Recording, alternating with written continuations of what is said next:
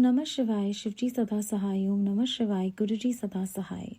उमा संहिता का अध्याय 51। देवी के क्रिया योग का वर्णन। देवी की मूर्ति एवं मंदिर के निर्माण, स्थापन और पूजन का महत्व। परा अम्बा की श्रेष्ठता। विभिन्न मासों और तिथियों में देवी के व्रत, उत्सव और पूजन आदि के फल तथा इस संहिता के श्रवण एवं पाठ की महिमा। व्यास जी बोले, महामते ब्रह्मपुत्र सर्वज्ञ सनत कुमार, मैं उमा के परम अद्भुत क्रिया योग का वर्णन सुनना चाहता हूँ।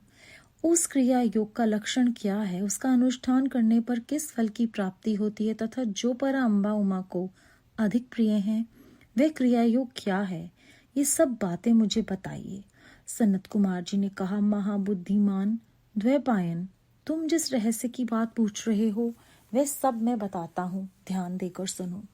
ज्ञान योग, क्रिया योग, भक्ति योग, ये श्री माता की उपासना के 3 मार्ग कहे गए हैं जो भोग और मोक्ष देने वाले हैं। चित्त का जो आत्मा के साथ संयोग होता है उसका नाम ज्ञान योग है। उसका बाह्य वस्तु के साथ जो संयोग होता है उसे क्रिया योग कहते हैं। देवी के साथ आत्मा की एकता की भावना को भक्ति योग माना गया है। तीनों योगों में जो क्रिया योग है उसका प्रतिपादन किया जाता है। कर्म से भक्ति उत्पन्न होती है, भक्ति से ज्ञान होता है और ज्ञान से मुक्ति होती है, ऐसा शास्त्रों में निश्चय किया गया है। मुनि श्रेष्ठ, मोक्ष का प्रधान कारण योग है, परंतु योग के ध्येय का उत्तम साधन क्रिया योग है। प्रकृति को माया जाने और सनातन ब्रह्म को मायावी अथवा माया का स्वामी समझे, उन दोनों के स्वरूप को एक दूसरे से अभिन्न जानकर मनुष्य संसार बंधन से मुक्त हो जाता है। काली नंदन जो मनुष्य देवी के लिए पत्थर, लकड़ी अथवा मिट्टी का मंदिर बनाता है, उसका फल सुनो। प्रतिदिन योग के द्वारा आराधना करने वाले को जिस महान फल की प्राप्ति होती है, वह सारा फल उस पुरुष को मिल जाता है जो देवी के लिए मंदिर बनवाता है। माता का मंदिर बनवाने वाला धर्मात्मा पुरुष अपनी पहले बीती हुई तथा आगे आने वाली हजार पीढ़ियों का उद्धार कर देता है। करोड़ों जन्मों में किए हुए थोड़े या बहुत जो पाप शेष रहते हैं, वे श्री माता के मंदिर का निर्माण आरंभ करते ही क्षण भर में नष्ट हो जाते हैं। जैसे नदियों में गंगा, संपूर्ण नदों में सोमभद्र, क्षमा में पृथ्वी, गहराई में समुद्र और समस्त ग्रहों में सूर्य देव का विशिष्ट स्थान है, उसी प्रकार समस्त देवताओं में श्री परा अम्बा श्रेष्ठ मानी गई है। वे समस्त देवताओं में मुख्य हैं। जो उनके लिए मंदिर बनवाता है वह जन्म जन्म में प्रतिष्ठा पाता है। काशी, कुरुक्षेत्र, प्रयाग, पुष्कर, गंगा सागर तट, नैमिषारण्य, अमरकंटक पर्वत, परम पुण्य श्री पर्वत, ज्ञान पर्वत, गोकर्ण, मथुरा, अयोध्या और द्वारका का इत्यादि पुण्य प्रदेशों में अथवा जिस किसी भी स्थान में माता का मंदिर बनवाने वाला मनुष्य संसार बंधन से मुक्त हो जाता है। मंदिर में ईंटों का जोड़ जब तक या जितने वर्ष रहता है उतने 1000 वर्षों तक वह पुरुष मणिद्वीप में प्रतिष्ठित होता है। जो समस्त शुभ लक्षणों में संपन्न उमा की प्रतिमा बनवाता है वह निर्भय होकर अवश्य उनके परम धाम में जाता है। शुभ ऋतु, शुभ ग्रह और शुभ नक्षत्र में देवी की मूर्ति की स्थापना करके योग माया के प्रसाद से मनुष्य कृत्य हो जाता है। कल्प के आरंभ से लेकर अनंत तक कुल में जितनी पीढ़ियां बीत गईं और जितनी आने वाली हैं, उन सबको मनुष्य सुंदर देवी मूर्ति की स्थापना करके तार देता है। जो केवल जगध्योनी परा अम्बा की शरण लेते हैं, उन्हें मनुष्य नहीं मानना चाहिए। वे साक्षात देवी के गण हैं। जो चलते फिरते, सोते जागते अथवा खड़े होते समय उमा इस 2 अक्षर के नाम का उच्चारण करते हैं, वे शिवा के ही गण हैं। जो नित्य नैमित्तिक कर्म में पुष्प, धूप और द्वीपों द्वारा देवी परा शिवा का पूजन करते हैं, वे शिवा के धाम में जाते हैं। जो प्रतिदिन गोबर या मिट्टी से देवी के मंदिर को लीपते हैं अथवा उसमें झाड़ देते हैं, वे भी उमा के धाम में जाते हैं। जिन्होंने देवी के परम उत्तम एवं रमणीय मंदिर का निर्माण कराया है, उनके कुल के लोगों को माता उमा सदा आशीर्वाद देती हैं।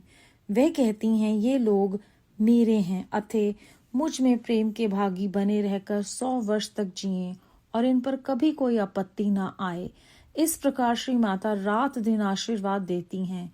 जिसने महादेवी उमा की शुभ मूर्ति का निर्माण कराया है, उसके कुल के 10,000 पीढ़ियों तक के लोग मणिद्वीप में सम्मान पूर्वक रहते हैं। महामाया की मूर्ति को स्थापित करके उसकी भली भांति पूजा करने के पश्चात साधक जिस जिस मनोरथ के लिए प्रार्थना करता है, उसको अवश्य प्राप्त कर लेता है। जो श्री माता की स्थापित की हुई उत्तम मूर्ति को मधु मिश्रित घी से नहलाता है, उसके पुण्य फल की गणना कौन कर सकता है। चंदन, अगरू, कपूर, जटामासी तथा नागर मोथा आदि से युक्त जल तथा एक रंग की गौओं के दूध से परमेश्वरी को नहलाएं। तत्पश्चात अष्टदशांग धूप के द्वारा अग्नि में उत्तम आहुति दें तथा घृत और कपूर सहित बत्तियों द्वारा देवी की आरती उतारें। कृष्ण पक्ष की अष्टमी, नवमी, अमावस्या में अथवा शुक्ल पक्ष की पंचमी और दशमी तिथियों में गंध, पुष्प आदि उपचारों द्वारा जगदम्बा की विशेष पूजा करनी चाहिए। रात्रि सूतक, श्री सूतक तथा देवी सूतक को पढ़ते या मूल मंत्र का जप करते हुए देवी की आराधना करनी चाहिए। विष्णु, कांता और तुलसी को छोड़कर शेष सभी पुष्प देवी के लिए प्रीतिकारक जानने चाहिए। कमल का पुष्प उनके लिए विशेष प्रीतिकारक होता है। जो देवी को सोने चांदी के फूल चढ़ाता है, वह करोड़ों सिद्धों से युक्त उनके परम धाम में जाता है। देवी के उपासकों को पूजन के अंत में सदा अपने अपराधों के लिए क्षमा प्रार्थना करनी चाहिए। जगत को अनंत प्रदान करने वाली परमेश्वरी प्रसन्न हो इत्यादि वाक्यों द्वारा स्तुति एवं मंत्र पाठ करता हुआ देवी के भजन में लगा रहने वाला उपासक उनका इस प्रकार ध्यान करे। देवी सिंह पर सवार हैं, उनके हाथों में अभय एवं वर की मुद्राएं हैं तथा वे भक्तों को अभिष्ट फल प्रदान करने वाली हैं। इस प्रकार महेश्वरी का ध्यान करके उन्हें नैवेद्य के रूप में नाना प्रकार के पके हुए फल अर्पित करें। जो परमात्मा शंभु का नैवेद्य भक्षण करता है, वह मनुष्य अपने सारे पाप पंक को धोकर निर्मल हो जाता है।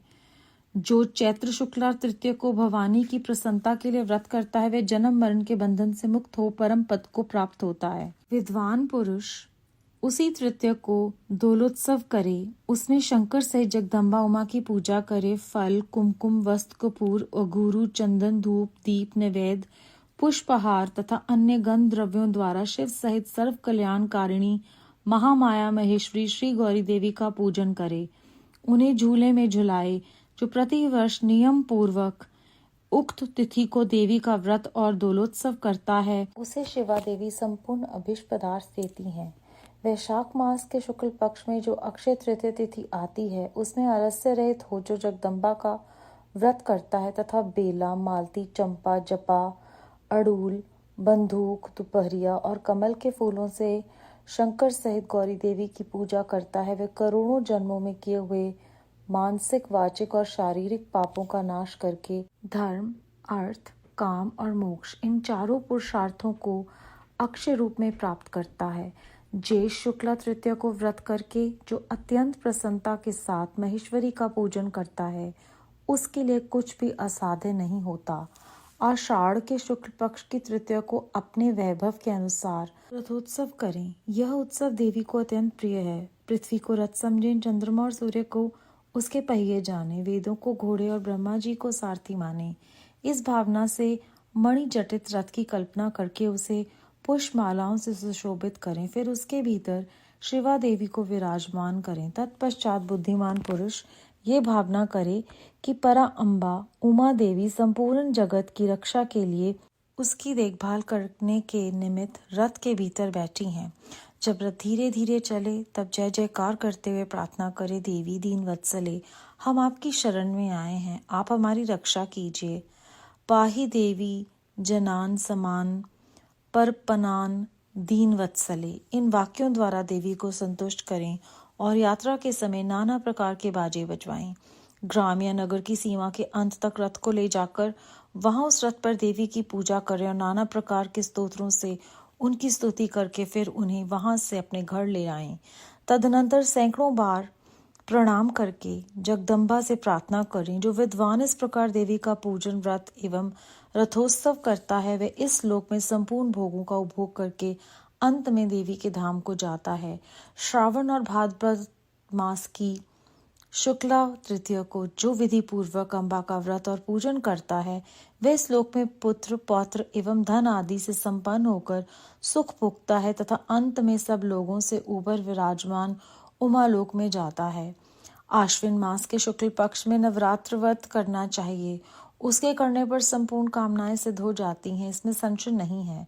इस नवरात्र व्रत के प्रभाव का वर्णन करने में चतुरानन ब्रह्मा, पंचानन महादेव और षडानन कार्तिकेय भी समर्थ नहीं है, फिर दूसरा कौन समर्थ हो सकता है। मुनि श्रेष्ठ नवरात्र व्रत का अनुष्ठान करके विरथ के पुत्र राजा सुरथ ने अपने खोए हुए राज्य को प्राप्त कर लिया। अयोध्या के बुद्धिमान नरेश संधि कुमार सुदर्शन ने इस नवरात्र के प्रभाव से ही राज्य प्राप्त किया, जो पहले उनके हाथ से छिन गया था। इस व्रत राज का अनुष्ठान और महेश्वरी की आराधना करके समाधि वैश्य संसार बंधन से मुक्त हो मोक्ष के भागी हुए थे।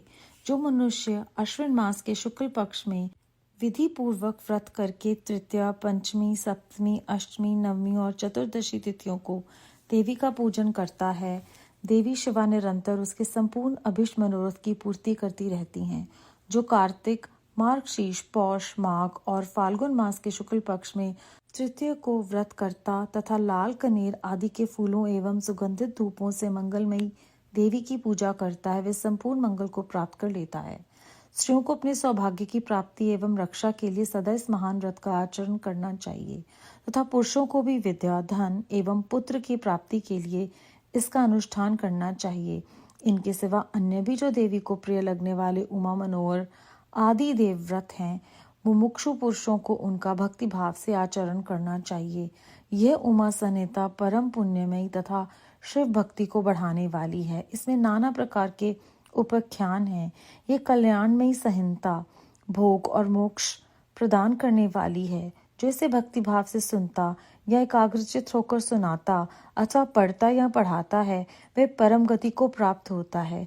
जिसके घर में सुंदर अक्षरों में लिखी गई ये संहिता विधिवत पूजित होती है, वह संपूर्ण अभिष्टों को प्राप्त कर लेता है। उसे भूत प्रेत और पिशाच आदि दुष्टों से कभी भय नहीं होता। वह पुत्र पौत्र आदि संपत्ति को अवश्य पाता है, इसमें संशय नहीं है।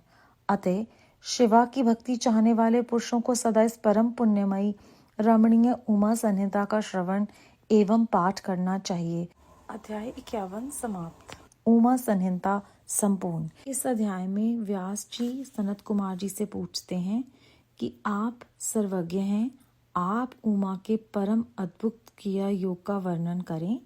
तो सनत कुमार जी उन्हें कहते हैं कि वो ध्यान देकर सुने। ज्ञान योग, क्रिया योग, भक्ति योग, इन तीनों से इनकी उपासना की जा सकती है। कहते हैं जब हम चित्त में उनका ध्यान करते हैं तो वो ज्ञान योग है। जब हम बाह्य वस्तुओं के साथ इसका सहयोग करते हैं तो वो क्रिया योग है। और जब आत्मा देवी के साथ एक हो जाती है तो वो भक्ति योग है। इस अध्याय में बताया गया है कि मंदिर बनाने से और उनकी विभिन्न प्रकार से सेवा करने से जन्म जन्म की प्रतिष्ठा पाते हैं, उनका सानिध्य मिलता है और देवी प्रसन्न होती हैं। जो व्रत करना चाहें वो व्रत कर सकते हैं। गुरु जी महाराज ने हमारे लिए कितना सरल बना दिया है ये आध्यात्मिक मार्ग कि हमें ऐसा कुछ भी नहीं करना और हमें उनका प्रेम, आशीष और उनकी कृपा हम पर सदा बनी हुई है। इसके बाद इस अध्याय में हमें फिर से याद दिलाया गया है कि उठते बैठते सोते जागते चलते फिरते हम अगर नाम लें तो हम परमात्मा के पास चले जाते हैं। इस अध्याय में उन्होंने कहा है कि उमा, ये 2 अक्षरों का शब्द जब हम इसका उच्चारण करते हैं तो हम शिवा के धाम में चले जाते हैं और हर तरह से सेवा करके उनकी आशीष पाते हैं। इस अध्याय में विस्तार पूर्वक ये बताया गया है कि कैसे उनकी जो है वो श्रृंगार करना है, उनको किस तरह से नहलाना है, क्या क्या करना है। तो मानसिक अवस्था में, जैसे यहाँ भक्ति योग कहा गया है, जब हम आत्मा से ये सब कुछ महसूस करते हैं भाव से, तो वो प्रसन्न हो जाती हैं और अपने भक्तों पर कृपा करती हैं। जन्म मरण के आने जाने के ये जो बंधन है हम उससे भी मुक्ति पा लेते हैं।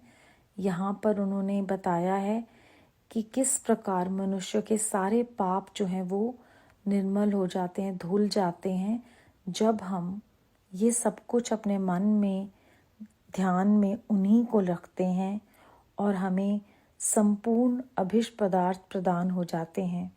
फिर इस अध्याय में हमें विभिन्न मास में किस प्रकार से उनकी आराधना करनी है उसका विस्तार पूर्वक वर्णन किया है और किस तरह से उन्हें ये कहना है कि देवी दीन वत्सले, हम आपकी शरण में आए हैं, आप हमारी रक्षा कीजिए।